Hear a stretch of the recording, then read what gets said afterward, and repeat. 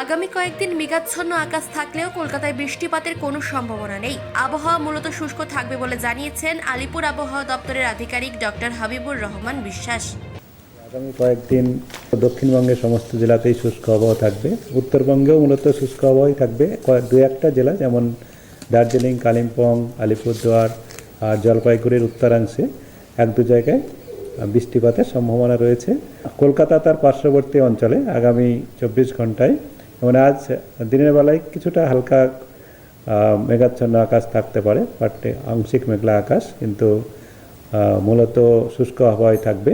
এবং কলকাতা তার পার্শ্ববর্তী অঞ্চলের সর্বোচ্চ এবং সর্বনিম্ন তাপমাত্রা 30 ডিগ্রি এবং 21 ডিগ্রি থাকার সম্ভাবনা রয়েছে। আগামী কয়েকদিনে যে তাপমাত্রা, ন্যূনতম এবং সর্বোচ্চ তাপমাত্রা, রাতের তাপমাত্রা এবং দিনের তাপমাত্রা দুটো ক্ষেত্রেই আগামী 3 দিন পর্যন্ত খুব বেশি তারতম্য হওয়ার সম্ভাবনা নেই। মানসী বসুর রিপোর্ট, চেতনা বার্তা, জেগে থাকে, জাগিয়ে রাখে।